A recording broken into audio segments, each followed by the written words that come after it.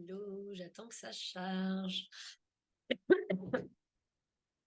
Alors, ça y est, je suis en direct. Bonjour tout le monde.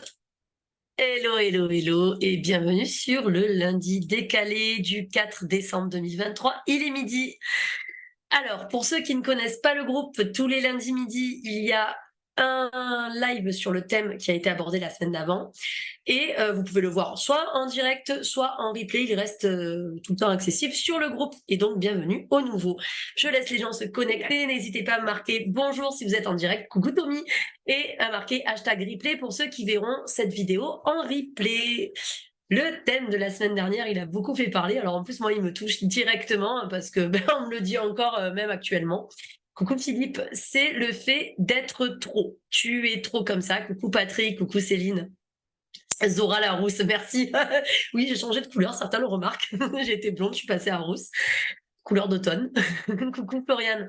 Donc déjà, qui se reconnaît dans le fait d'être trop à qui on a déjà dit souvent, que ce soit votre famille, même votre concubin ou votre concubine ou vos amis, tu es trop. Voilà, qui se reconnaît dans ça? Allez, marquez-moi des mois pour ceux qui se reconnaissent dans ça. À qui on a déjà dit tu es trop. Alors ça peut être tu es trop intense, tu es trop volubile, tu es trop sensible, tu es trop introverti aussi. En fait, à qui on a déjà dit tu es trop. Moi, trop sensible, Floriane. Cosette, qu'est-ce qu'on t'a dit à toi, Cosette? Trop quoi? Alicia, trop quoi? Trop collant pour Tommy. D'accord. Tommy, t'as l'impression, tu as tendance à être collant par rapport à quoi? À des relations sentimentales ou à des relations tout court? Est-ce qu'il y a une sorte de dépendance affective? Est-ce qu'il y a une façon de faire qui fait que tu es trop?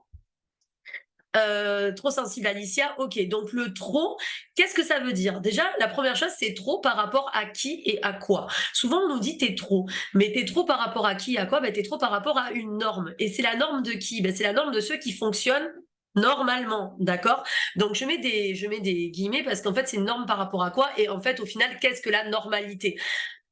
Parce que moi, en tant qu'HPI, d'accord, je fonctionne normalement pour un HPI. Et c'est pour ça que souvent mes coachés s'y retrouvent dans mon coaching, parce qu'ils ils ont l'impression d'être compris et normal. Je mets vraiment des guillemets, attention, hein. Je veux pas un débat sur la normalité, c'est par rapport à ce qu'on nous a dit comme norme normée, hein, la normalité sociétale en fait. Mais ce que je veux vous dire par là, c'est que justement quand on te dit t'es trop, c'est par rapport à une norme majoritaire. D'accord? Trop con, c'est possible aussi. Je vous l'ai déjà dit aussi. Hein. Et parfois, on se fait traiter de con d'ailleurs par des gens qui ne comprennent pas notre mode de fonctionnement, alors que c'est pas qu'on est forcément con, c'est qu'on fonctionne différemment. Mais, comme dirait l'autre, on est toujours le con de quelqu'un. Voilà, c'était la petite parenthèse sur le mot con.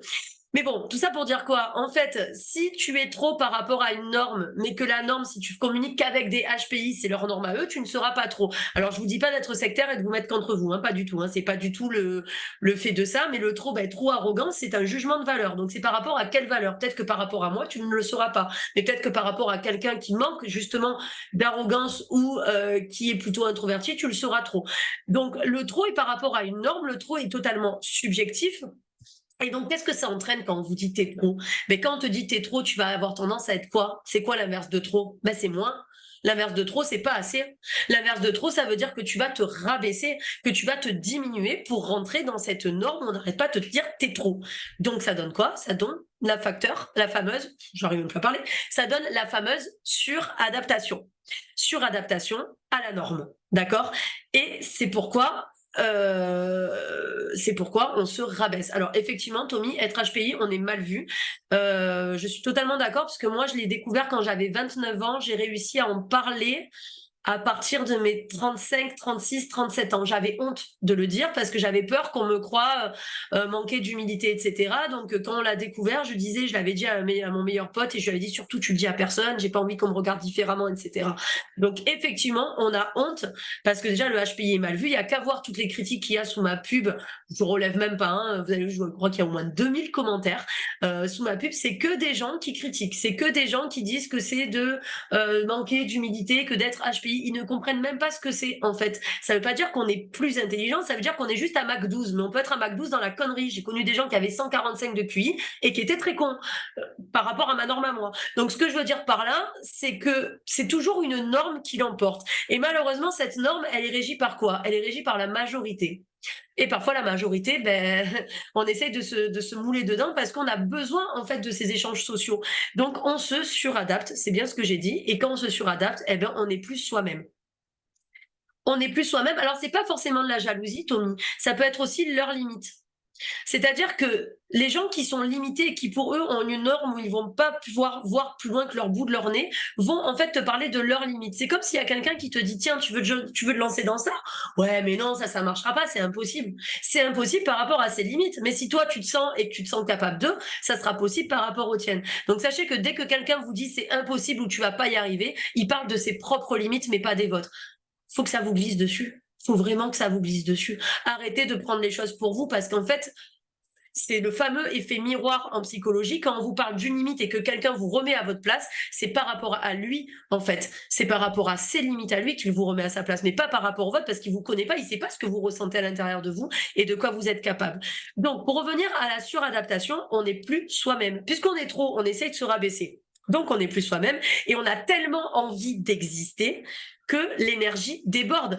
Si, par exemple, je prends moi, mon exemple, c'est moi, je suis trop intense, trop. Alors, moi, je suis plutôt expansive, donc trop tout. Hein, on me l'a souvent dit, trop plein d'énergie, trop hyperactive, etc. Donc, tu essayes de te rabaisser. Si tu essayes de te rabaisser, tu te brides, d'accord? Et si tu te brides, qu'est-ce qui se passe? Ben, il y a un effet cocotte-minute avec une accumulation d'énergie que tu n'arrives pas à dépenser qui va faire une explosion assez inadaptée sur une pauvre personne qui va être en face de toi à un moment donné. Donc, la suradaptation fait qu'on va bouillir comme une casserole qui est en train de bouillir.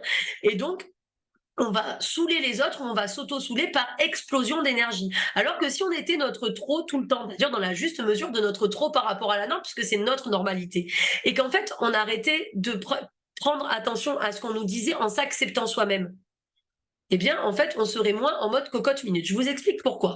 Quand quelqu'un nous dit tu es trop, c'est trop par rapport à sa norme à lui. D'accord? Et nous, comme on n'est pas OK avec ça parce qu'on essaye de s'intégrer, c'est dur de s'intégrer quand on se sent décalé en continu. D'accord? Ben, on essaye en fait de se rabaisser pour être bien intégré par rapport à ces personnes qui vont nous juger trop. Or, ça veut dire que quelque part, on renie une part de nous. Si on dit oui à leur trop, on dit non à nous-mêmes. Alors qu'on est comme ça, finalement, par rapport à nous, on n'est pas trop, puisqu'on déborde d'énergie, mais on est OK avec ça, parce que c'est notre façon de fonctionner. Donc, si on se dit non à nous et qu'on dit oui à eux, eh bien, en fait, on va être dans une sorte de disproportion, de relations inadaptées, mal positionnées et de mécommunication relationnelle parce qu'on ne saura pas comment faire en fait. Parce qu'on sera soit en suradaptation par rapport à eux et donc en sous-adaptation par rapport à nous. Donc on va s'auto-saouler, on va saouler les autres, on ne sait pas comment exister, on ne sait pas vivre. Par exemple, si je prends l'exemple de l'expansif. L'expansif, il fait beaucoup de bruit pour exister. Les gars, je suis là, regardez-moi, je suis là, je fais du bruit, je rigole fort, j'ai besoin que vous me regardiez. Si vous ne me regardez pas, je n'existe pas. Donc, je vais faire beaucoup de bruit.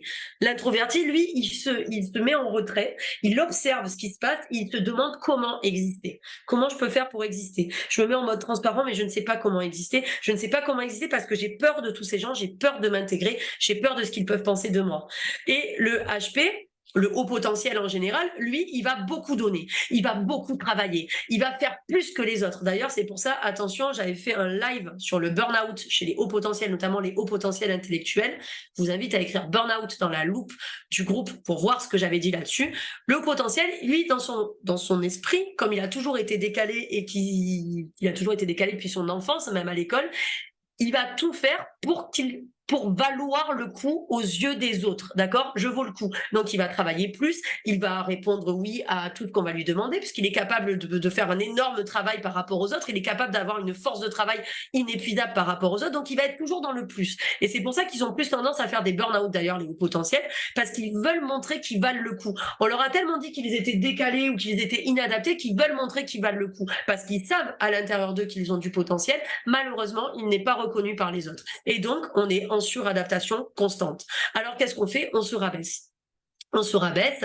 L'inverse du trop, c'est ce que je disais, c'est pas assez.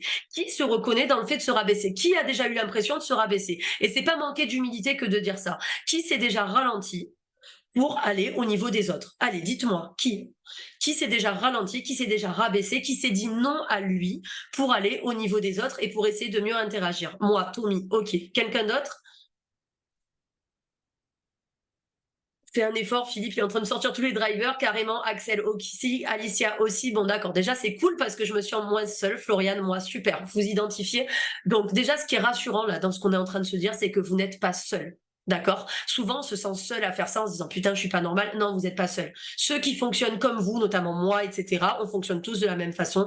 On a l'impression de se rabaisser. Et à un moment donné, ça marche. Ça marche, hein, on vit 20 ans, 25 ans, 30 ans, 35 ans. Puis à un moment donné, tu te retournes et tu te dis putain, mais je suis où là? En fait, je sais que je suis capable de ça et je suis en train de rouler avec une putain de Ferrari, mais avec le frein à main enclenché. Donc je flingue les pneus, le moteur, je flingue tout, alors que j'ai une Ferrari dans les mains. C'est dommage. C'est dommage. Alors comment faire pour baisser ce frein à main et être au max de son potentiel? Où est la juste mesure? On ne la connaît pas, la juste mesure, car la norme de base est biaisée. À partir du moment où tu as des normaux pensants, d'accord, et c'est pas une critique et ça veut pas dire qu'on manque d'humilité, attention, vraiment. À partir du moment où toi, tu n'es pas comme la norme, en fait, comme la majorité, tu vas être le fameux vilain petit canard, le mouton noir ou tout ce que tu veux, hein. Moi, on m'avait dit monstre carrément, donc c'est super, hein, tous ces petits adjectifs qui font plaisir et sur lesquels tu te construis autour. Donc déjà, en fait, ta norme de base à toi est biaisée parce que tu te compares à des gens qui sont dans l'incomparable par rapport à toi. C'est comme si tu te dis, putain, j'ai pas de bras, et je me compare à un mec qui a des bras et qui peut écrire. C'est pas comparable. Donc en fait, c'est pareil. Si la norme de base est biaisée, comment on fait pour être dans la juste mesure? Eh bien, en fait, on a un comportement inadapté aux autres et à soi. Et à cela s'ajoute la prise de décision. Comment je fais pour prendre des décisions qui sont bonnes pour moi alors que tout le temps, je m'adapte aux autres? Ça veut dire que je prends des décisions en ayant l'esprit des autres, mais c'est pas des décisions qui sont bonnes pour moi. J'ai du mal ce matin. J'ai la bouche sèche, c'est dur à dire. Donc, je veux en venir où avec ça? Je veux en venir à ce fameux je me retourne et je suis pas à la place où je suis censée être. Pourquoi? Parce que toute votre vie, en fait, vous avez épousé la vie qu'on a rêvée pour vous, mais pas la vie qui est rêvée par vous. D'accord? Donc en fait, ça veut dire que toute votre vie, on vous a dit, oh, tu devrais faire ça, ça c'est bien pour toi, ça c'est un métier qui a de l'avenir, ça c'est ci, ça c'est ça. Et aujourd'hui, vous vous emmerdez parce que c'est un métier qui a peut-être de l'avenir pour quelqu'un qui a un potentiel qui vous l'a conseiller, mais peut-être que vous faites chier dans votre potentiel actuel. C'est ce qu'on appelle d'ailleurs le bore-out, l'inverse du burn-out, le bore-out. Je me fais chier, je m'ennuie. Qui s'ennuie? Qui est en bore-out? Qui s'ennuie? Qui ne se retrouve pas dans son travail, dans sa vie actuelle, parce que c'est trop lent pour lui et parce qu'il s'est rabaissé? Allez, j'attends les retours. Très juste. Merci, Patrick. Est-ce qu'il y a des gens qui ont l'impression de toi, Tommy? Ok, super. Moi, c'est pour ça que j'ai fait ma reconversion. Et pourtant, j'étais dans un métier speed. Hein. J'ai fait 17 ans d'urgence infirmière à Marseille, donc ça bougeait plutôt pas mal. Mais à un moment donné, je me suis dit, putain, t'es pas à ta place, Delphine. Et donc, j'ai fait ma reconversion. Patrick, bore-out aussi. Ok.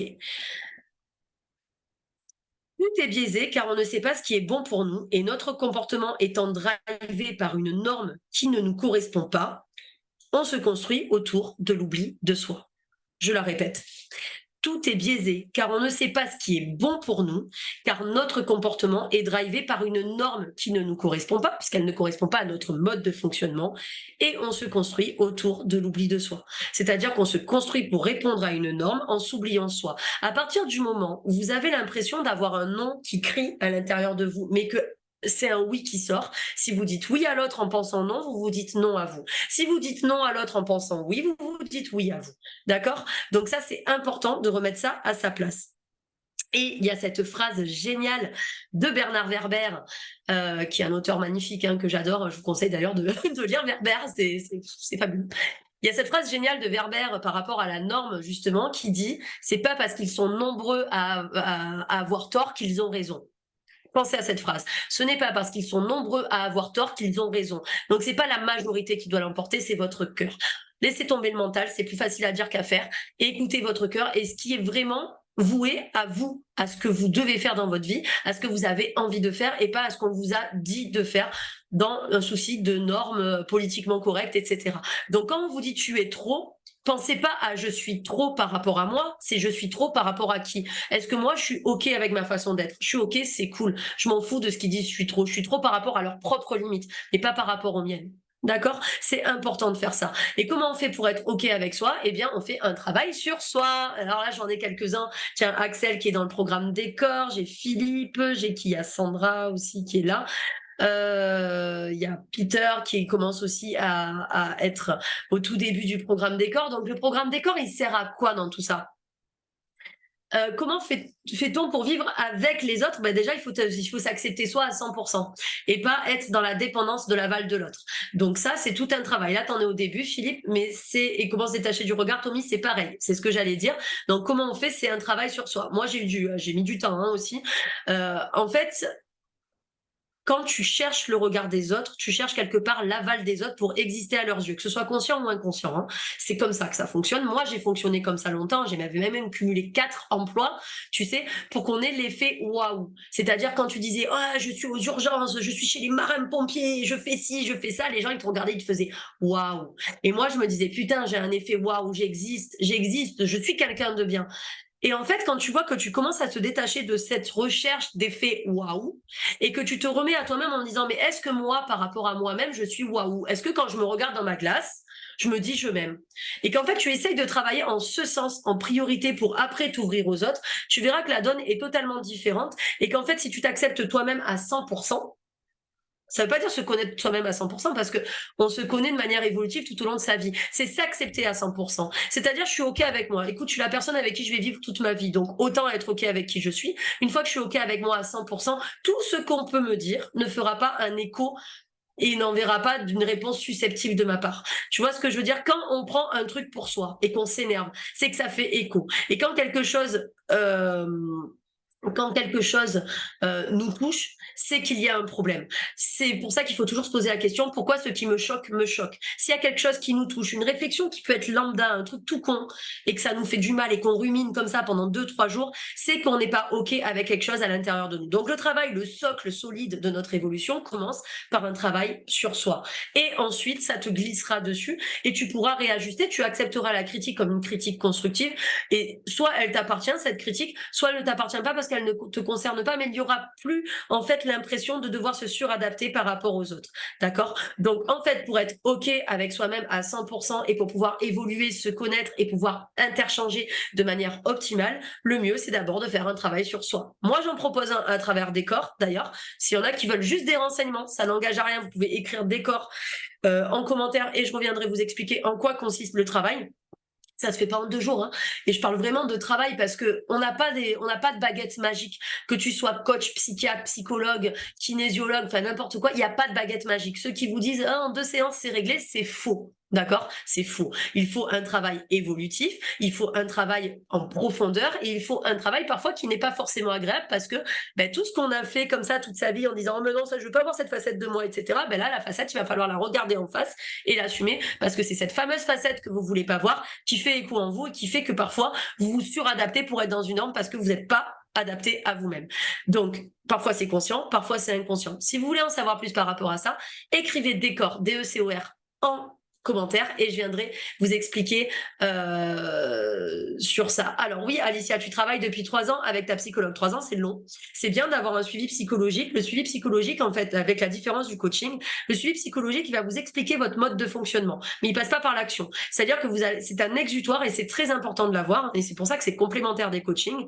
D'ailleurs, j'avais fait pareil, vous tapez psychologue dans la loupe du groupe Existence sans réserve et vous verrez l'interview d'un psychologue qui est passé par mon programme et qui dit en fait les bienfaits de la complémentarité entre un apport psychologique et un programme de coaching. Une fois que tu sais que tu as un suivi psychologue depuis 3 ans, 4 ans, il y en a, c'est 20 ans. Ils ont besoin d'un accompagnement, les gens. Mais tu n'as pas forcément de problème psychologique ou psychiatrique. C'est-à-dire que tu n'es diagnostiqué rien du tout. Tu as juste un suivi psychologue.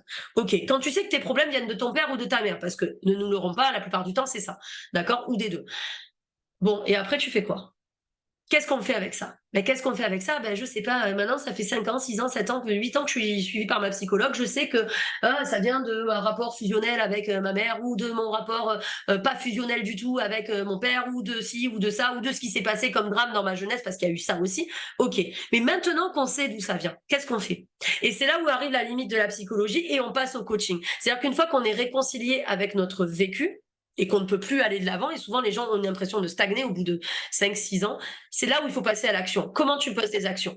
Et la plupart des gens qui me contactent me disent, OK, maintenant que je sais plein de choses sur moi, je sais pas comment et par quel bout commencer. C'est là qu'intervient le coaching. C'est un petit peu comme quand tu vas voir un coach sportif. Maintenant que tu connais l'alimentation, le machin, etc., que tu sais comment bouffer pour maigrir, comment tu fais pour gainer? Ben, pour gainer, soit tu vas à la salle de sport où tu iras pas, soit tu prends un coach sportif qui va te dire, OK, on va travailler ça, ça, ça, ça, ça, et tu as un truc structuré.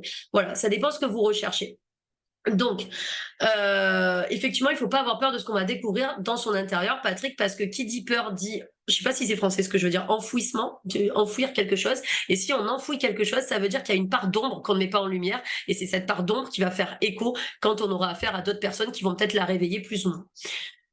Donc, non, on ne peut pas tout mettre sur le dos des parents. Par contre, il y a les bases. Bien sûr qu'on ne met pas tout sur le dos des parents, surtout que la plupart des parents ont fait des choses. Enfin, moi, je sais que j'ai eu des relations avec mes parents très conflictuelles, mais qu'à la base, de leur sens, c'était bienveillant, même si ça a laissé des grosses séquelles.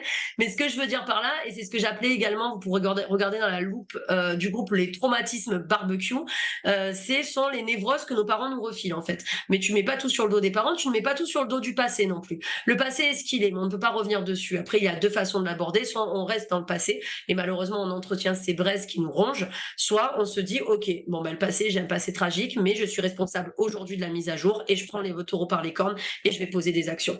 Donc, en fait, tout est une histoire de récupérer sa responsabilité. Là, si on revient sur le truc de tu es trop par rapport à un jugement d'une autre personne. Mais moi, par rapport à moi, je suis comment? Comment je me juge moi? Et c'est vachement dur de s'auto-juger tout seul. C'est vachement dur de s'auto-juger tout seul parce qu'on a tendance c'est dur à dire, on a tendance j'y arrive plus. On a tendance à se juger par rapport au regard des autres et à l'image qu'on peut véhiculer. Mais est-ce que moi, je suis OK avec moi-même? Ça, on a du mal à se le dire. Donc, essayez de faire cet exercice. Regardez-vous dans votre miroir et essayez de vous dire, OK, est-ce que je m'aime? Et est-ce que je suis OK avec moi? Juste cet exercice tout simple. Et ça peut être vachement difficile à faire. Si vous voulez discuter donc avec moi de ma façon de fonctionner et de faire et de ma façon d'aborder les choses, tapez décor en commentaire et je reviendrai vers vous. Je vous fais un bisou et je vous dis bon appétit. Il est 12h23. Bye bye.